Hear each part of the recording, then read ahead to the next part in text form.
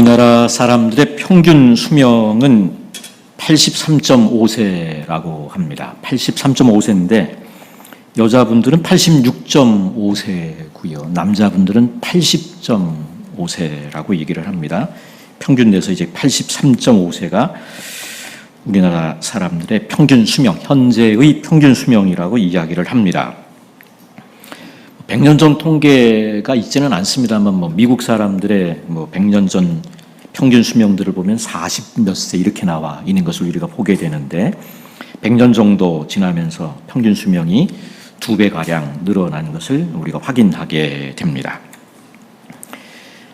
이 평균 수명이라고 하는 것 있는 반면에 또 절대 수명이라고 하는 게 또 있다고 얘기를 합니다. 그래서 옛날 사람들도 오래 사는 사람들은 80 넘게 장수를 누렸던 것을 우리가 봅니다. 시편 90편 10절에 보시면 우리의 연수가 70이요 혹 강건하면 80이라도 이렇게 얘기를 하고 있는데 절대 수명, 평균 수명, 평균 수명이 많이 늘어났지만 절대 수명이라고 하는 건 별로 늘어나지 않았다라고 하는 그런 주장을 하기도 합니다. 어쨌거나 한 7, 80 정도 우리가 살아가게 되는데요.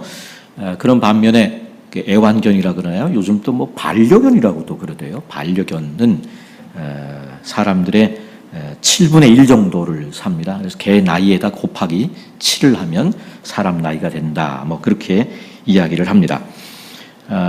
인간이 7, 80을 사는데 개는 10년, 20년 안짝으로 이제 살게 되고 또 그런가 하면 두루미나 거북이는 인간보다 더 오래 산다.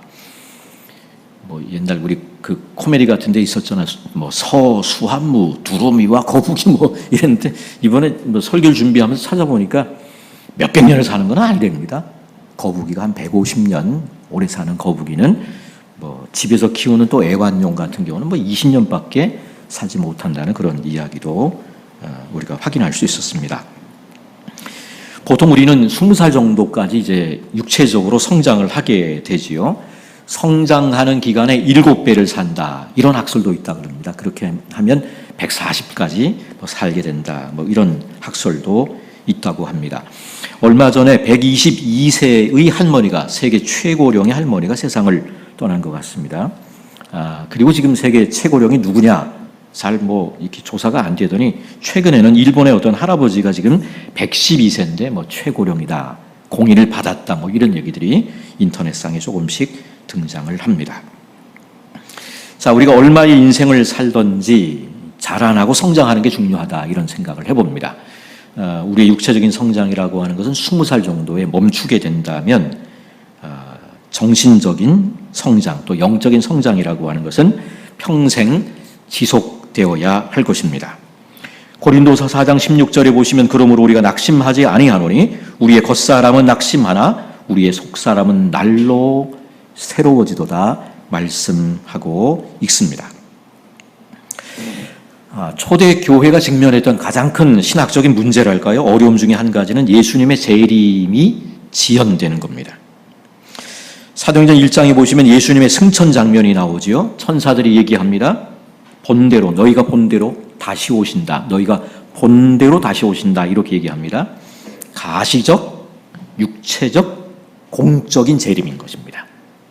꼭 여러분 이거를 기억하실 필요가 있습니다. 가견적으로 또 육체적으로 그리고 공적으로 은밀히 예수님 재림했다. 이런 건 다 거짓말입니다. 이단의 주장이라고 생각하시면 됩니다. 자, 그래서 예수님의 승천 장면 본대로 다시 온다. 이렇게 얘기하니까 이 초대교회 때는 재림에 대한 강렬한 기대가 그들 가운데 있었음을 우리가 확인하게 됩니다.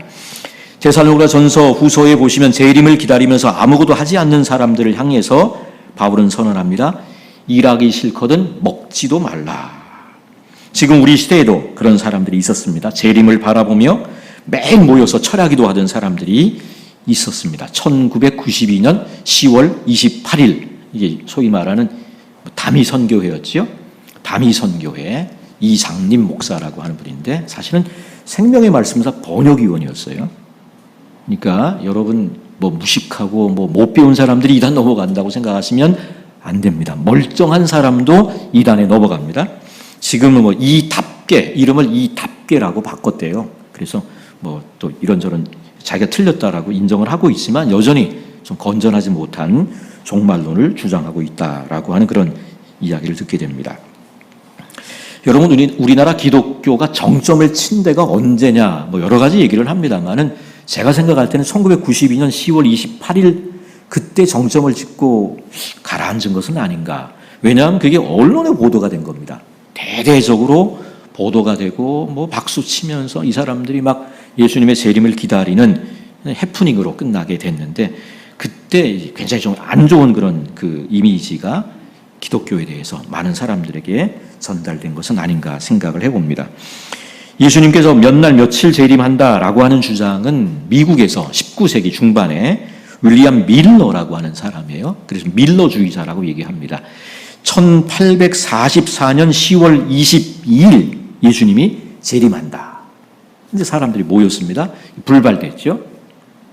그러면서 이 밀러를 따르던 사람 중에 한 명이 환상을 또 본 겁니다. 예수님이 하늘의 지성소에 뭐 재림했다, 뭐 이런 식의 주장을 하면서 거기서 나온 것이 안식교 이단이라고 보통 얘기를 합니다. 그리고 여호와의 증인도 비슷한 어떤 라인에 있다고 보시면 될 것 같은데, 여호와의 증인은 1914년 10월 초에 예수님이 재림한다 이렇게 주장하다가 이게 불발되니까 예수님께서 영적으로 재림하셨다 이렇게 주장을 바꾸게 되었다라고 얘기합니다. 이 안양에서 가깝지요? 과천이 성지입니다. 신천지라고 하는 이단의 성지입니다. 과천을 글자풀이를 해가지고 거기가 에덴 동산이랍니다. 안 믿으시죠, 여러분들은요? 나는 도저히 못 믿겠습니다. 근데 지금 철떡같이 믿고 있습니다. 에덴 동산이, 과천이 에덴 동산이라고 말도 안 되는 그런 생각들을 철석같이 받아들이는 그런 사람들이 있음을 보는데, 이 신천지의 전신이 유재열이라고 하는 분의 증거장막 성전입니다. 제가 조사를 해보니까 저희 고등학교 선배더라고요. 유재열이라고 하는 분이. 대방동에 있는 성남고등학교입니다. 성남고등학교 2학년 정도까지 기계체조 선수였다 그럽니다.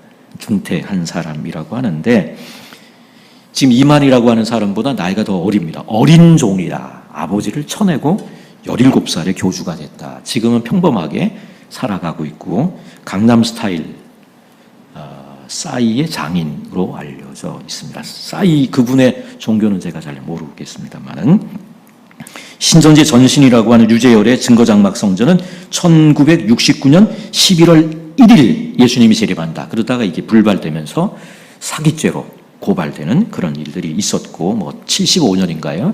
그때 증거장막 성전이 붕괴됐다. 거기서 나온 일파가 신천지라고 생각하시면 됩니다. 여러분, 저 비산동에도 있죠. 하나님의 교회라고 하는 교회는 1988년, 1999년, 2012년 세 번에 걸쳐서, 여러 번에 걸쳐서 예수님이 재림한다라고 하는 그런 헛된 주장을 했다라고 이야기를 합니다. 자, 여러분, 임박한 재림에 대한 기대 있는 것, 초대교회도 이제 그런 기대가 있었고, 근데 예수님의 재림이 지연이 자꾸 되고 있는 게 적지 않은 문제가 됐다 생각하시면 되겠고, 오늘 베드로 후서에서는 재림의 지연을 보면서 재림이 없다라고 주장하는 사람들이 있었다라고 하는 것을 우리가 볼 수 있습니다. 여러분, 종말론 그러면 보통 두 가지입니다. 개인 종말론과 일반 종말론입니다. 개인 종말은 죽음을 통해서 오는 거겠죠. 우리의 죽음을 통해서 개인 종말이 오면, 일반 종말이라고 하는 것은 예수님의 재림을 통해서 이 세상에 마지막이 오게 됩니다. 자, 질문을 이렇게 볼 수 있습니다. 우리는 예수 믿어 이미 구원 얻은 사람들입니다. 그렇다면 오늘 지금 죽어도 우리는 천국 가죠. 그런데 왜 하나님은 우리를 이 땅에 더 살게 하시는가라고 하는 질문을 해볼 수 있고, 다시 이 질문을 일반 종말론에도 해볼 수 있습니다. 우리는 이미 예수 믿어 구원받은 사람들입니다. 그렇다면 지금 예수님이 다시 오셔도 이 세상에 종말이 온다고 해도 우리는 아무런 문제가 없습니다. 그런데 하나님께서 오늘 종말이 아니라 오늘 하루의 삶을 더 연장시켜 주시는 이유는 무엇인가라고 우리는 질문해 볼 수 있습니다. 소위 종말의 지연이라고 하는 것이 있다는 거죠. 이 땅 위에서의 우리의 생명을 연장시켜 주시는 이유는 무엇입니까? 오늘 또 하루를 하나님께서 우리에게 허락하시는 이유는 무엇입니까? 15절에 그 해답이 나와 있는데요. 주의 오래 참으심이 구원이 될 줄로 여기라. 종말이 지연되는 것, 그것은 하나님의 오래 참으심의 결과라고 하는 겁니다. 예수님이 오늘 재림하시면 구원 얻는 사람이 100만 명이라고 생각해 보면, 오늘 재림하지 않고 내일 재림하신다고 하면 100만 명보다 몇 명 더 오늘 구원받는 사람이 더 있겠지요. 그런 의미에서 종말의 지연이라고 하는 것, 그것은 불신자들에게는 구원의 시간입니다. 하나님의 오래 참으심이 불신자들에게는 오늘이라고 하는 날 동안 예수 믿는 구원의 시간이 되는 겁니다. 보라 지금은 은혜 받을 만한 때요, 보라 지금은 구원의 날이로다. 하나님의 말씀이 그 말씀을 우리에게 들려주고 있습니다. 우리는 지금 예수님의 초림과 재림 사이를 살아갑니다. 말세죠. 말세라고 하는 것을 이렇게 정의하셔야 됩니다. 초림과 재림 사이가 말세입니다. 달래 말세가 아니고, 달리 종말이 아니라 초림으로부터 시작된 이 말세가 예수님의 재림을 통해서 완성이 될 것입니다. 이 예수님의 초림과 재림 사이를 살아가는 우리들 어떻게 살아야 되는가? 말씀드린 것처럼 이 복음을, 하나님의 오래 참으심을 아직 믿지 않는 사람들에게 전파해야 합니다. 베드로서 3장 9절에 보시면 주의 약속은 어떤 이에 더디다고 생각하는 것 같이 더딘 것이 아니라 오직 너희를 대하여 오래 참으사 아무도 멸망치 않고 다 회개하기에 이르기를 원하신다. 여러분, 아무도 멸망하지 않고 다 회개하기에 이르기를 원하시는 것, 이게 이제 하나님의 마음이죠. 오신다고 해놓고는 왜 이렇게 안 오시는가 말할 수 있지만 그렇지 않다는 겁니다. 주님의 재림이 지연되면 될수록 더 많은 사람들이 구원을 얻을 것입니다. 할 수만 있다면 한두 사람이라도 더 구원 얻기를 원하시는 것, 그것이 바로 하나님의 마음입니다. 여러분, 선교적인 마인드를 갖는 게 중요하죠. 우리 나무십자가교회는 선교에 많은 강조를 두는 교회라고 알고 있는데, 선교적인 마인드, 그게 뭡니까? 하나님의 마음을 알아드리는 것입니다. 하나님은 우리가 복받기를 원하십니다. 그러나 우리 자신만 복받기를 원하시는 것은 아니라고 하는 겁니다. 우리를 통해 다른 사람들이 복받기를 원하십니다. 하나님은 우리가 복의 근원이 되는 복, 축복의 통로가 되는 그런 축복을 누리기를 원하십니다. 나 혼자 예수 믿고 나 혼자 축복받는 것, 그것은 바른 신앙이 아닙니다. 여러분, 이스라엘이라고 하는 나라 근처에는 두 개의 호수가 있지요. 갈릴리 호수가 있고 사해바다가 있습니다. 갈릴리 호수는 헐몬 산에서 눈이 녹아 내리는 물을 공급받고 다시 요단강을 통해서 흘러보냅니다. 주변 경관이 아름답고 물고기들이 삽니다. 어부들의 풍어의 뱃노래를 들을 수 있다라고 합니다. 하지만 사해바다는 요단강을 통해서 물을 받습니다만은 다른 곳으로 물을 흘러보내지 않습니다. 그래서 이 바다는 물고기가 살지 못하고 죽은 바다인 것입니다. 여러분, 이 사해바다를 갈릴리 호수와 같은 곳으로 바꾸는 비결은 물꼬를 터서 그 물을 흘러가게 하는 것입니다. 하나님은 우리가 복받기를 원하십니다. 그런데 하나님은 우리 자신만 복받기를 원하지 않습니다. 왜냐하면 그것이 우리 자신이 사는 비결이기 때문입니다. 우리가 받은 축복의 물줄기를 계속 흘러가게 해야 합니다. 받은 축복의 물줄기를 가두어 두면 안 되는 것입니다. 여러분, 돈이라고 하는 건요, 돈다는 뜻이래요. 돈이라고 하는 것은 자꾸 돌아야 되는 겁니다. 근데 돈다, 이게 돈인데 이 돈이라고 하는 것을 내가 움켜쥐고 있으면 썩은 냄새가 나게 되는 것입니다. 여러분, 선교적인 정신을 갖는 것, 이기적인 신앙의 굴레를 벗어 던지게 합니다. 기독교 신앙의 핵심은 그래서 나 혼자 예수 믿고 나 혼자 복받는 것이 아님을 깨닫게 됩니다. 구원을 받았기에 구원의 복된 소식을 아직 받지 못한 사람들에게 나누어야 합니다. 그게 우리가 영적으로 건강해지는 비결이라고 말씀드릴 수 있습니다. 여러분, 청소년들이 선교적인 정신으로 무장하면 그 삶이 변화됩니다. 여러분, 우리의 다음 세대들, 젊은이들이 무언가 가치 있는 일에 자신들의 삶을 드리기를 원한다라고 하는 사실입니다. 제가 미국에서 한인 목회를 할 때 집사님 4분이 저희 교회를 출석하시고 아드님이 하나 있었는데 이제 다른 교회를 다니고 있었어요. UC 얼바인이라고 하는 UC 얼바인 대학을 다니고 있었는데 저는 만나보지는 못했습니다만은 고등학생 시절에 은혜를 받고 목회자가 되겠다라고 해서 열심히 신앙생활을 한다 그러더라고요. 이름이 이유진인데 한 20년 정도 지났으니까 목회자가 됐을 것 같습니다만은, 아니 어떻게 고등학생 때 은혜를 받았냐? 여러분 간단합니다. 고등부 시절에 그 다니던 교회에서 멕시코로 단기 선교를 간 겁니다. 거기서 은혜를 받은 거예요. 어떤 은혜를 받으나 간단합니다. 매일 샤워하던 아이가 샤워 제대로 못하고 고생만 직사게 하고 온 거예요. 벽돌 찍어서 뭐 만들고 건물 짓는 거 좀 도와주고 일주일 정도 단기 선교 와서 고생하면서 눈이 확 열려버린 겁니다. 아, 내가 어떻게 살게 될 것인가. 자기 삶에 대한 어떤 도전들을 받고 그 삶이 변화되었다라고 하는 것입니다. 여러분, 물질적 풍요라고 하는 것이 사람을 멋지게 하지 않습니다. 고상한 이상이 사람을 멋지게 합니다. 여러분이 영상을 하나 보시죠. 논산 훈련소 훈련병들의 실로암 찬양 부르는 거 영상을 한번 틀어주시면 좋을 것 같아요. 이 6주 정도 훈련을 받는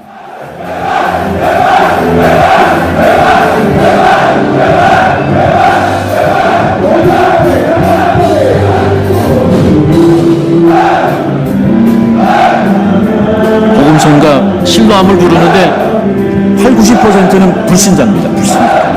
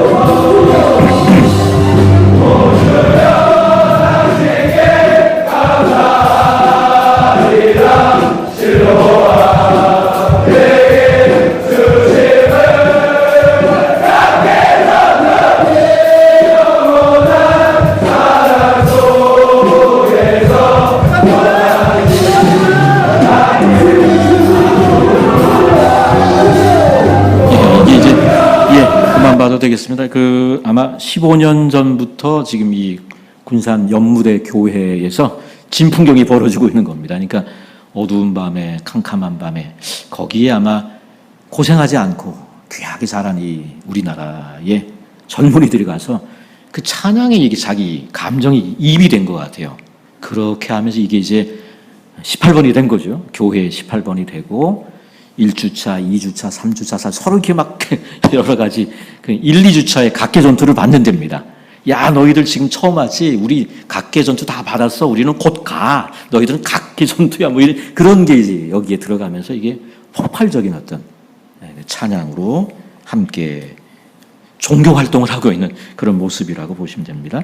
여러분, 어려운 가운데 있을, 군문에 있을 때 예수 믿는 사람들 비율이 확 높아진다고 얘기를 합니다. 1969년에 1인 1종교 운동을 할 때 10만 명 정도, 60만 명에서 10만 명이었던 군인 이 장병들이 2, 3년 새에 2, 30만 명으로 대폭 폭발적인 부흥을 하게 된다라고 얘기를 하고 1990년부터 2020년까지 400만 명의 사람들이 장병들이 세례를 받았다 그럽니다. 그중에 160만이 교회로 연결이 됐다라고 얘기를 합니다. 문제는 이거예요. 군대 가면 사람이 변합니다. 이제 제대하고 나서 한 달 만에 원위치되지요. 딱 결심합니다. 막 규칙적인 생활을 하고 탁 그러는데 이제 이 작심삼일이라고 오래가지 못하는 것이 문제가 된다고 생각하시면 되겠습니다. 제가 지난 금요일 금요 철야 기도 목사님이 이런 말씀을 하더라고요. 자기 교회 선배 얘기하면 아실 만한 목사님인데 나이가 들어서 대학 청년부 열심히 섬기다가 거의 30 나이에 군대를 가게 됐대요. 근데 그분하고 또 거의 30 나이에 교회에서 2명의 선배가 군대를 가게 되는데 그 목사님은 변변한 빽이 없으니까 최전방을 간 모양이에요. 고생을 했는데 또 나이도 있고 신실하게 섬기니까 군종 비슷하게 돼서 보람 있는 사역을 하고 군대 제대를 했답니다. 근데 이 한쪽은 또 빽이 좀 든든했던 것 같아요. 그래서 어디 배치가 됐냐면 국방부에 배치가 됐답니다. 그리고 2, 3년 정도 세월이 지나서 두 분이 만나서 군생활 어땠냐? 나는 이런 생활을 해서 참 보람 있는 군생활을 했다. 이렇게 했더니 가족 배경이 빵빵해서 국방부에 갔던 그 선배는 뭐라고 얘기했을까요? 나는 국방부에서 장교들 담배꽁초 줍다가 세월 나갔다 그러더래요. 여러분, 이게 고생하는 게 좋은 거라고. 편하게 군생활, 그냥 장교들 담배꽁초 줍다가 세월 나갔다. 근데 아무런 빽이 없어서 최전방 가서 막 고생했는데 그 가운데 어려운 그런 처지에서 복음 전하는 군종으로 보람 있는 군생활을 했다라고 하는 그런 이야기를 제가 설교에 들었는데요. 여러분 기억하시기 바랍니다. 물질적인 풍요라고 하는 것이 사람을 멋지게 하지 않습니다. 고상한 이상이 사람을 멋지게 합니다. 그런 의미에서 우리의 자녀들이 선교적인 마인드를 갖는다는 것 참 중요합니다. 왜 공부해야 되는가라고 하는 것에 대한 대답이 그저 잘 먹고 잘 살기 위해서라면 너무 구차하지 않습니까? 여러분, 고도원의 아침 편지 제가 말씀드렸던 것 같은데 이 고도원이라고 하는 분 제주도 목사님의 아들인데 김대중 대통령의 연설 써주는 공보 비서관이었다. 청와대 비서관이었다 말씀을 드렸는데 이분은 소위 말하는 꿈에 대한 강의를 하는 전문가입니다. 대학들마다 젊은이들이 모이는 곳곳에 가서 꿈을 가지라, 꿈은 이루어진다 이런 걸 이제 강의를 하는데 대학들을 가서 이렇게 묻는데요. 대학생들한테 학생 꿈이 뭐야? 그러면 그 꿈이 확실하게 그냥 이렇게 대부분 꿈이 없는 그런 다수의 청년들을 만나는데 꿈에 대해서 딱 물으면 학생 꿈이 뭐야? 명확하게 대답이 나오는 대학이 2대학이랍니다. 세상적으로는 카이스트랍니다. 카이스트. 대전에 있나요? 과학기술원인가? 거기 학생 꿈이 뭐야? 그러면 정확하게 나오는데요. 훌륭한 과학자가 되어서 대한민국의 국위를 선양하는 그렇게 대답이 탁 나온답니다. 머리 좋은 아이들이죠. 똑똑한 아이들입니다. 꿈이 분명한 거죠. 그리고 신앙적으로는 한동대래네요. 한동대래입니다. 학생 꿈이 뭐야? 그러면 열심히 어떻게 해서 주의 복음을 전하는 삶을 살겠다. 이렇게 대답을 한대요. 그래서 카이스트와 한동대가 꿈에 대해서 명확하게 얘기하는 대표적인 대학이라고 얘기를 하시는데 그때 이제 고도원 이분이 얘기합니다. 서울대를 한번 갔답니다. 서울대 가서 꿈에 대해서 특강을 하는데 학생에게 물었답니다. 학생 꿈이 뭐야? 그랬더니 그 서울대 학생이 뭐라고 대답했냐면 저는 이미 꿈을 이루었는데요. 그러더래요. 여러분, 서울대학 가는 게 꿈이었던 거예요. 그래서 저는 이미 꿈을 이루었는데요. 그러더라는 겁니다. 그래서 이때부터 이분이 뭘 주장했냐면 꿈 넘어 꿈을 이야기하게 됐답니다. 여러분, 꿈 이루어서 뭐 하시게요? 사법고시를 패스해서 막 살았잖아요. 사법고시 패스해서 내가 어떻게 나의 삶을 살아갈까? 이게 더 중요한 거 아니에요? 고시를 패스하고 내가 서울대학을 가고 출세하고 성공했을 때 내가 그것을 통해서 무엇을 할 것인가? 그게 꿈 넘어 꿈, 이것을 이분이 이야기하게 되었다라고 합니다. 여러분, 불신자들에게 재림의 지연이라고 하는 것, 그것은 구원의 시간이고 이걸 뒤집으면 우리에게는 전도와 선교의 시간이 될 것입니다. 우리는 아무래도 전도, 선교 얘기하면 마음에 부담이 있습니다. 그래서 전도 훈련을 받아라, 선교 훈련 받아라 그러면 마음에 부담을 느낍니다. 그러나 실제로 전도 훈련을 받으면서 많은 분들이 간증하는 걸 보면 전도 훈련을 받으면서 내가 믿는 게 어떤 것인지 믿는 내용을 정리하게 된다는 그런 간증을 많이 합니다. 여러분, CCC라고 하는 선교단체가 있죠. 김중곤 목사님께서 미국의 선교단체입니다만은 우리나라에 이 CCC를 시작을 하셨습니다. 민족의 가슴마다 피 묻은 그리스도의 심장을 심어 이 땅에 푸르고 푸른 그리스도의 계절이 오게 하자. 이 국문학을 하신 분입니다. 김중곤 목사님이 국문학을 하신 분인데 얼마나 그 문구가 멋있는지요. 민족의 가슴마다 피 묻은 그리스도의 심장을 심어 이 땅에 푸르고 푸른 그리스도의 계절이 오게 하자. 여러분, CCC에서는 사형리 전도를 하지요. 하나님은 당신을 사랑하시며 당신을 위한 놀라운 계획을 가지고 계십니다. 인간은 죄에 빠져 하나님과 분리되었고 그 결과 우리의 삶을 향한 하나님의 놀라운 계획을 알 수 없게 되었습니다. 세 번째는 예수 그리스도만이 우리 죄를 위한 하나님의 유일한 길입니다. 네 번째는 우리는 예수 그리스도를 우리의 주님으로 영접해야 된다. 이게 사형리죠. 전도 훈련을 이제 받게 되었습니다. 어떤 청년이 근데 본인 스스로 구원의 확신도 없고 별다른 신앙의 열심도 별로 없는 그런 상태였는데 전도훈련 받고 이제 사형리 전도를 하러 갔습니다. 다방 같은 데를 찾아가서 어떤 신사에게 사형리로 복음을 전했습니다. 4가지 영적 원리에 대한 것을 쭉 반 접어가지고 볼펜으로 쭉 따라가면서 읽어주는 거죠. 그리고 사형리를 다 전한 다음에 그 다음 페이지에 예수님을 영접하는 기도가 있는데 영접하겠냐고, 예수님을 영접하겠냐 그랬더니 그 신사가 영접하겠다 그러더랍니다. 근데 이 학생이 여기서 당황했습니다. 왜요? 자기도 아직 영접을 안 했거든요. 얼떨결에 전도훈련 받고 나가서 했는데 영접하겠다 그러니까 너무 당황해서 두 사람이 함께 예수님을 영접 기도를 했다. 뭐 그런 간증도 제가 들었던 기억이 있습니다. 저도 정동채플에서요. 정동채플에서 전도훈련 받고 CCC 그 사형리 전도훈련 받고 다방을 갔습니다. 다방을 가서 어떤 신사에게 사형리를 전했는데 안 믿는 사람인데 저에게 커피를 사주더라고요. 그러니까 요즘하고 분위기가 많이 달랐던 것 같아요. 젊은 대학생이 열심히 애쓰는 걸 보고 안 믿는 사람인데 영접했는지 안 했는지 기억은 잘 안 나는데 하여간 커피를 얻어 먹었던 그런 기억이 있습니다. 여러분, 그런 면에서 이 전도라든가 선교라고 하는 것 어떤 단계가 지나서 성숙한 다음에 하는 게 아니라 신앙의 초기에 해야 된다라고 할 수 있을 겁니다. 여러분, 전도라고 하는 건 실제로 초신자들이 잘하죠.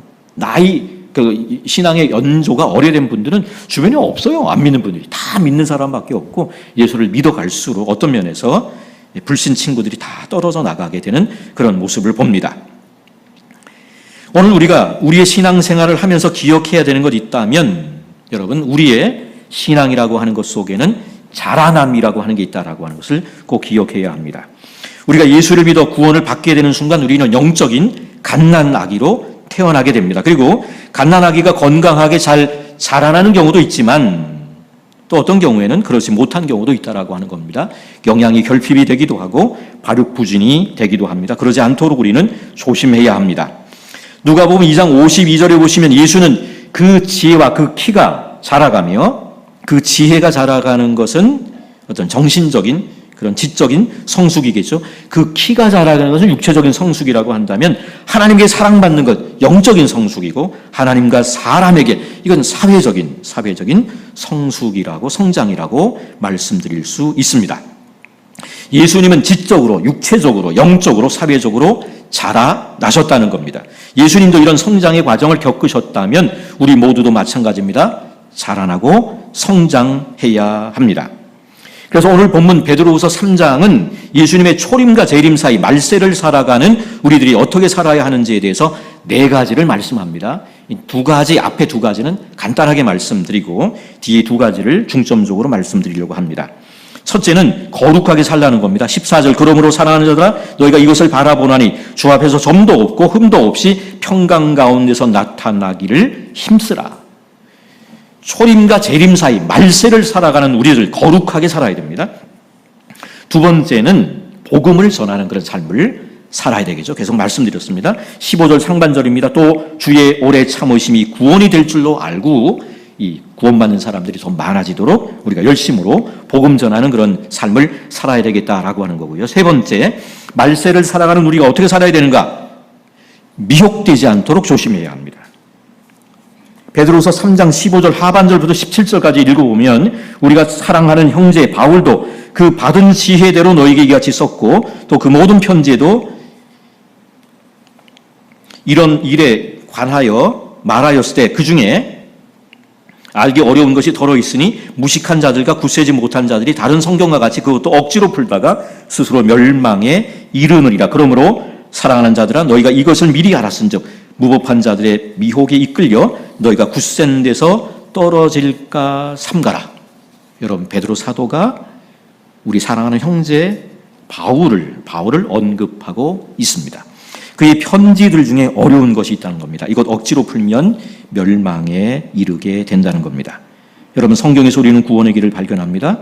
그런데 성경은 어떤 면에서 위험한 책입니다. 한번 따라 하시죠. 성경은 위험한 책이다. 제가 이제 우리 신학교 입학생들한테 간혹 하는 얘기가 있습니다. 여러분, 켈빈도 신학한 적 없습니다. 마틴 로이드 존스도 신학 공부한 적 없습니다.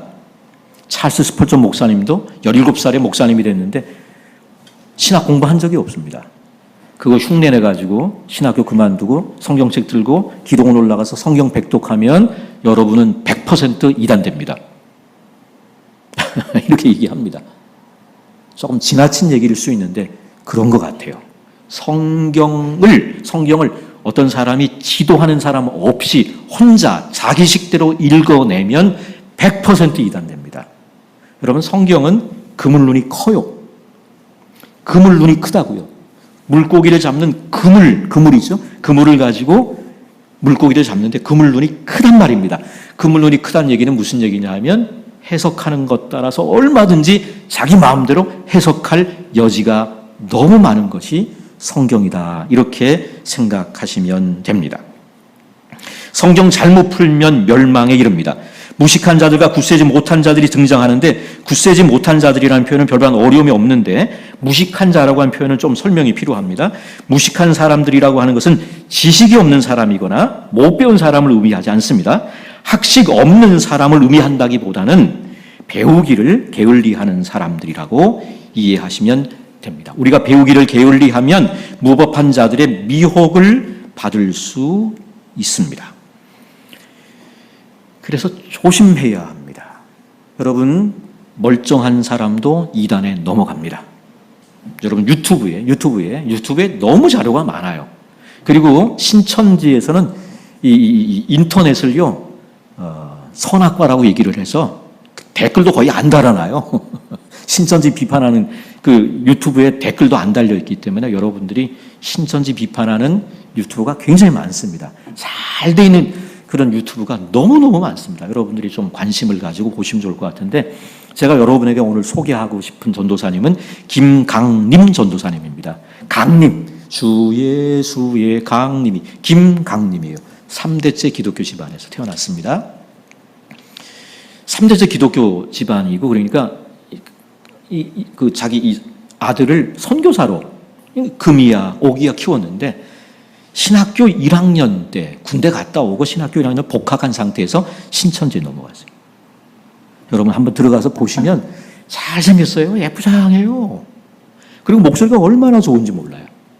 그래서 뭐 CBS에서도 간증하고 교회들마다 간증하게 수두룩하니까 여러분들이 한번 좀 꼭 들어보시기를 바랍니다. 근데 그분이 간증할 때 뭐라고 얘기하냐 하면 제가 신천지 이단에 8개월 빠졌습니다 얘기하면 대부분 아니 어떻게 멀쩡하신 분이 이런다는 거야. 여러분 따라합시다. 멀쩡한 사람도 이단에 넘어갑니다. 절대 이거 방심하면 안 됩니다. 목사님 아들, 저도 아들이 하나 있거든요. 고1인데요. 어휴, 안 되겠다 싶더라고요. 교육을 제대로 시켜야 되겠다. 경각심을 가져야 됩니다. 여러분의 자녀들, 여러분의 자녀손들, 대학생 연령층 특별히 단도리 시키세요. 선교사로 키우려고 금이야 오기야 신학교를 보냈는데 1학년 때 신천지에 빠진 거예요. 다행히 이 부모님들이 정말 지혜 있는 분들이, 그 얘기를 제가 다 할 수는 없습니다. 정말 지혜롭게 해서 8개월 만에 신천지를 빠져나오게 되는데 멀쩡한 거예요. 이상한 사람만 이단에 넘어간다고 생각하시면 절대 안 됩니다. 보통 이단이 두 가지라 그래요. 보여주는 이단이 있대요. 예를 들면 박태선의 전도관 대단했답니다. 저는 그냥 듣기만 했습니다만 한강 백사장에 조금 과장돼서 얘기하는 분들은 100만 명이 모였다 그러십니다. 안진뱅이가 벌떡벌떡 일어났대요. 50년대에. 보여주는 이단이죠.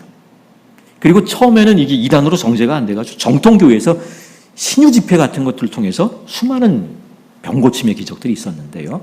보여주는 이단들이 옛날에는 대세였는데 여러분, 신천지 같은 이단은 공부하는 이단입니다. 열심히 성경 공부하는 거예요. 엉뚱하게 성경 공부를 한다. 이렇게 생각하시면 됩니다. 세월호 사태를 통해서 구원파 이단의 실상이 폭로가 되었습니다. 코로나 어간에 신천지의 실상이 폭로되었습니다. 하지만 일반 국민들은 기독교와 세월호, 구원파, 신천지 구분하지 못합니다. 지금 천주교와 불교에 비해서 개신교의 이 호감도와 신뢰도가 절반에도 미치지 못한다라고 하는 그런 조사 결과가 나와 있습니다. 여러분, 특별히 신천지에 대해서 우리가 조심해야 될 것은 이 사람들은요, 거짓말을 밥 먹듯 합니다. 거짓말에 사기를 치고도 전혀 마음에 의식이 없습니다. 죄의식이 없습니다. 이걸 모략교리라고 한대요. 모략교리. 성경을 곡해해서 거짓말해도 괜찮다라고 하는 모략교리라고 얘기를 한답니다. 얼마나 사악한 교리인지 모릅니다. 여러분, 지금까지 이단 중에 가장 숭악한 이단이 바로 여기다라고 저는 생각합니다. 여러분, 우연을 가장한 만남으로 사람들을 속인답니다. 우연을 가장한 만남으로, 그걸 하나님의 인도처럼 거짓말을 하는 거죠. 트릭을 쓰는 겁니다. 여러분, 그래서 교회 바깥에서의 성경 공부를 조심하시기 바랍니다. 저는 특별히 교회 바깥에서의 성경 공부 이 부분에 대해서는요, 왜 목사님들이 반대하는가 그렇게 생각했었어요. 밥그릇 그것 때문에 그러나? 근데 지금은요, 정말 조심해야 됩니다. 교회 바깥에서 성경 공부하다 100이면 100 이단에 넘어가는 경우가 너무 많습니다. 정 성경 공부가 하고 싶으시면 저희 학교로 오세요. 야간 신학교로 오시라고. 절대 바깥에서 성경 공부하시면 안 됩니다. 우리가 배우기를 게을리하면 무법한 자들의 미혹을 받을 수 있다. 마음의 열심을 가지고 성경 공부했다가 덜커덕 걸려드는 겁니다. 성경은 여러 곳에서 말세에 미혹하는 자들이 일어날 것을 경고하고 우리의 주의를 환기시키고 있습니다. 마태복음 24장 24절 보시면 거짓 그리스도들과 거짓 선지자들이 일어나 큰 표적과 기사를 보여 할 수만 있으면 택하신 자들도 미혹하게 하리라.